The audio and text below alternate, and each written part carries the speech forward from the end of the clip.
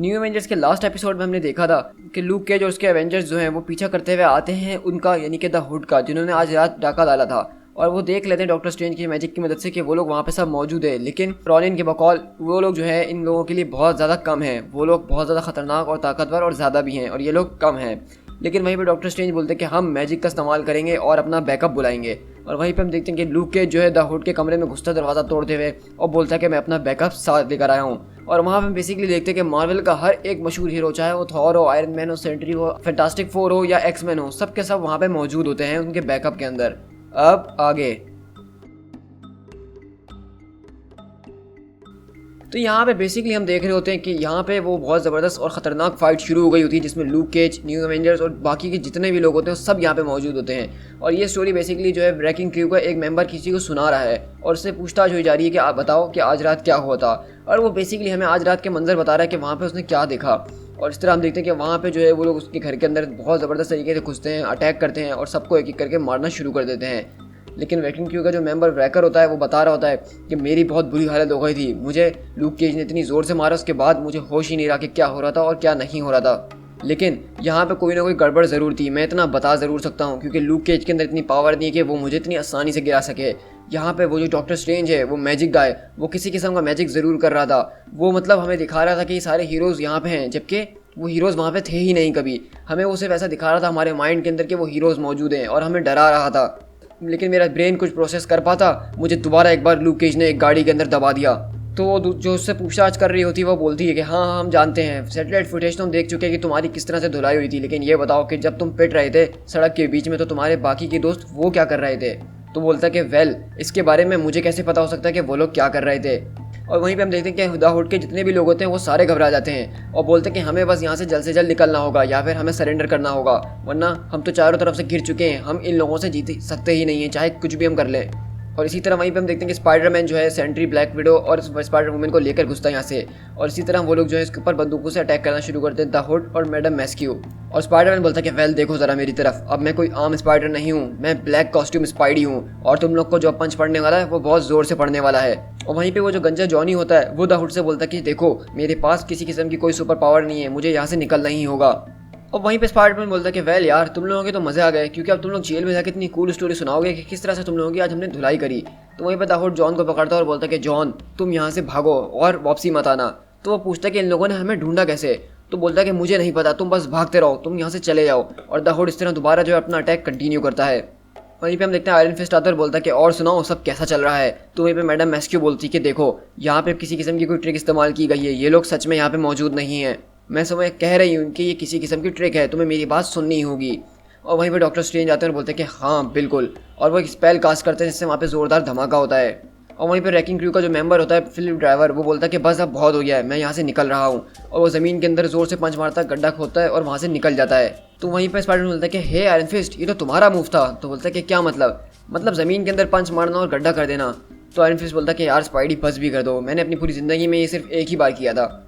इस तरह वहाँ पे हम देखते हैं कि रैकिंग क्रू और जो भी हुड के लोग होते हैं वो सब यहाँ से भागने की कोशिश कर रहे होते हैं अपना अपना पैसा लेके। और वहीं पे हम देखते हैं कि सामने वुल्वरीन और हल्क आ जाते हैं और वुल्वरीन बोलता है कि सरप्राइज़, और वो जो है उसके ऊपर बहुत ज़ोरदार अटैक करता है। और डॉक्टर स्ट्रेंज द हुड के सामने आते हुए बोलते हैं क्या तुम्हें अंदाज़ा भी है, क्या तुम जानते भी हो कि जिस डीमंस की पावर को तुमने पोजेस किया हुआ है वो है कौन। तो वहीं पर द हुड बोलता है कि तुम अपना काम करो और भाड़ में जाओ। लेकिन डॉक्टर स्ट्रेंज बोलते हैं कि मैंने तुमसे एक बहुत इंपॉर्टेंट सवाल किया है, क्या तुम उसका नाम जानते हो।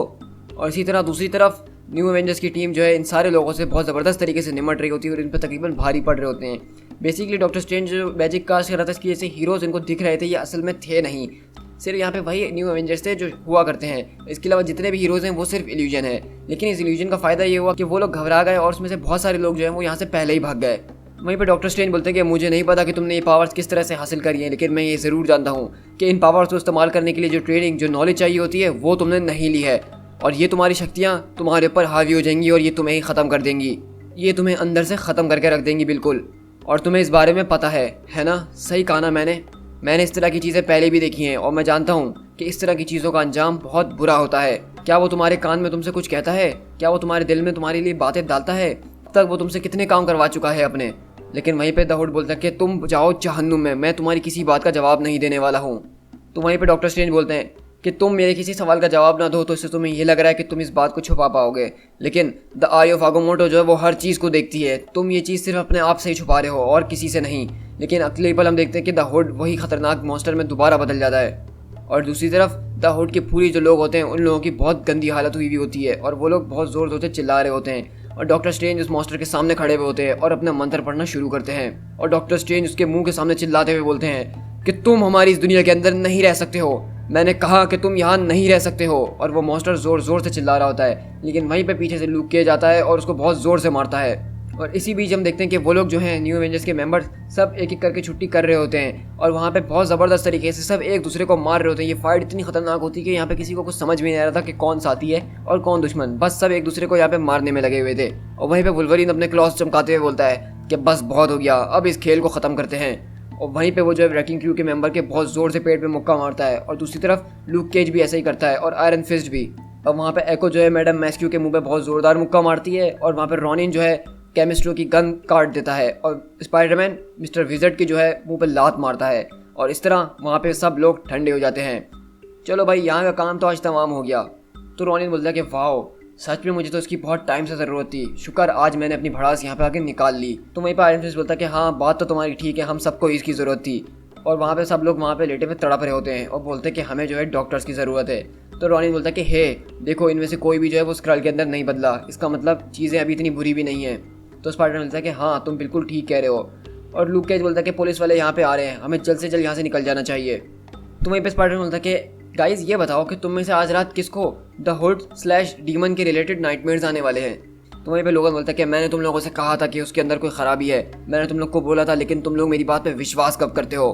स्पाइडरमैन बोलता है कि नहीं नहीं, मैंने तुम्हारी बात पे भरोसा कर लिया है और मुझे तो लगता है कि मैंने अपने टाइट्स के अंदर पेशाब भी कर दिया है। तो वहीं पे स्पाइडरमैन बोलता है कि डॉक्टर स्ट्रेंज आप ही बताइए ना, क्योंकि आपको तो आपका तो नाम ही स्ट्रेंज है, तो स्ट्रेंज चीज़ों के बारे में पता होगा ही। तो बोलते हैं कि ये एक बहुत खतरनाक इंसान है जिसके पास बहुत डेंजरस पावर है, इससे ज़्यादा मैं इस वक्त कुछ नहीं बता सकता हूँ। और वहीं पे हम देखते हैं कि जॉनी इनकी सारी बातें ये छुप के सुन रहा होता है, वो जो गंजा होता है। और वहीं पे वुल्वरीन आता है और लूक केज बोलते हैं कि ओह हाय, तुम अब कौन हो ये ज़रा बताना पसंद करोगे। और इस तरह जैसे ही वहाँ से पुलिस आती है तो वहाँ पे सब लोग चले जाते हैं, लेकिन पुलिस जैसे ही पहुँचती है तो दरवाज़ा खुलता है जहाँ से जॉनी अपने बैग के साथ बाहर आ रहा होता है और उसके गले में एक चिट लगी हुई होती है जिसमें लिखा होता है कि from your friendly neighbourhood Avengers. तो वहीं पे जो रैकिंग क्रू से पूछताछ कर रहे होते हैं वो बोलते हैं कि अच्छा तो ये कहानी इस तरह से चली और बाकी के तुम्हारे मेंबर मैडम मैस्क्यू, विज़र्ड, केमिस्ट्री वगैरह उन सबको हम कस्टडी में ले चुके हैं। और बेसिकली हम देखते हैं कि इन लोगों को जो है शील्ड की फैसिलिटी में लाया गया होता है और मारिया हिल इनसे पूछताछ कर रही होती है, आज रात की सारी कहानी जान रही होती है। और वहीं पर मारिया हिल पूछती है कि ये बताओ कि वो आदमी कौन था हुड के अंदर। तो वो बोलता है कि मुझे अपने लॉयर की ज़रूरत है, मैं तुमसे कोई बात नहीं करने वाला। तो मारिया हिल बोलती है कि सॉरी ड्रेक, लेकिन तुम इस वक्त शील्ड की कस्टडी के अंदर और क्राइम्स अगेंस्ट मैनकाइंड और इलीगल यूज़ ऑफ पावर्स के लिए उठाया गया है, तो तुम्हें कोई लॉयर नहीं मिल सकता है। तो वो बोलता है कि ये कोई बात नहीं हुई। तो वहाँ पे मारिया हिल बोलती है कि ये चीज़ें तुम्हें सोचनी चाहिए थी उन सब पावर्स को इस्तेमाल करने से पहले।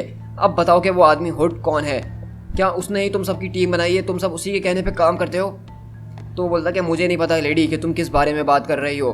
तो मारिया हिल बोलती कि ये देखो हमारे पास सैटेलाइट पिक्चर्स हैं, तुम सब एक साथ घूम रहे थे, तुम सब ने रॉबरी भी एक साथ करी है, उसके बाद जमा भी तुम सब एक साथ हुए थे। तुम चाहते क्या हो मुझसे कि मैं तुम्हें किस तरह एक वीआईपी की तरह ट्रीट करूं, तुम्हें मैगजीन्स यहाँ पे चॉकलेट बार्स ला के दूँ, एक स्पेशल पर्सन की तरह ट्रीट करूँ, तो तुम मेरे साथ कोऑपरेट करोगे या मुझे शराफत से बताओगे कि वो हुड के अंदर आदमी कौन था। तो वो बोलता कि मुझे इस बारे में कुछ भी नहीं पता। तो वहाँ पे मारिया हिल बोलती है कि हाँ मैं जानती हूँ कि तुम्हें किसी बारे में भी कुछ नहीं पता। और वहीं पे मारिया हिल वहाँ से निकलती है और वो एजेंट्स बोलते हैं कि इनमें से कोई भी बात नहीं कर रहा मारिया हिल। तो मारिया हिल बोलती है कि हाँ ये बात करेंगे, ये हमेशा ही बात करते हैं। और इसी तरह वहाँ पे हम देखते हैं कि सारे प्रिजनर्स के ऊपर जो है गार्ड्स वहाँ पे पहरा दे रहे होते हैं, लेकिन अचानक गोलियाँ चलने की आवाज़ आती है और अगले पल हम देखते हैं द हुड जो है उनकी सेल्स के अंदर आता है और बोलता है कि चलो बहुत हो गया, अब यहाँ से निकलने की तैयारी करो। तो वहाँ पे वो बोलता है कि वाह क्या बात है, अब आ रहा है ना मज़ा। तो द हुड बोलता है कि मैंने तुम लोगों से कहा था ना कि चीज़ें अब बदल चुकी हैं, मेरे लोग अब जेल में नहीं बैठा करते।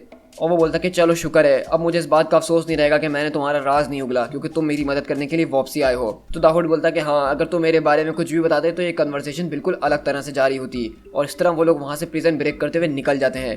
तो हम बेसिकली यहाँ पे देख सकते हैं कि द हुड जो है वो एक बहुत ज़बरदस्त तरह का लीडर बना हुआ है। मतलब वो अपने लोगों की इस तरह से मदद कर रहा है कि उनको जेल जाने भी नहीं दे रहा, उनको जेल से भी छुड़वा रहा है। और उसके पास एक खतरनाक डीमन की पावर जो आ गई है, उसकी वजह से वो बहुत ज़्यादा पावरफुल भी हो गया है। तो यहाँ से हम देख सकते हैं कि द हुड और उसके जो क्रिमिनल्स हैं, ये काफ़ी ज़्यादा इंटरेस्टिंग स्टोरी लग रही है जो कि काफ़ी आगे तक चलने वाली है। और वहीं पे द हुड बोलता है कि मैंने तुमसे कहा था कि अब रूल्स बदल चुके हैं, चीज़ें तभी ख़त्म होंगी जब हम कहेंगे हमें आज बहुत बड़ा नुकसान हुआ है। तो मैं कहता हूँ कि हम इस नुकसान के साथ वापसी उन अवेंजर्स के पास जाएंगे और उनको बताएंगे कि हमसे पंगा लेने का अंजाम क्या होता है।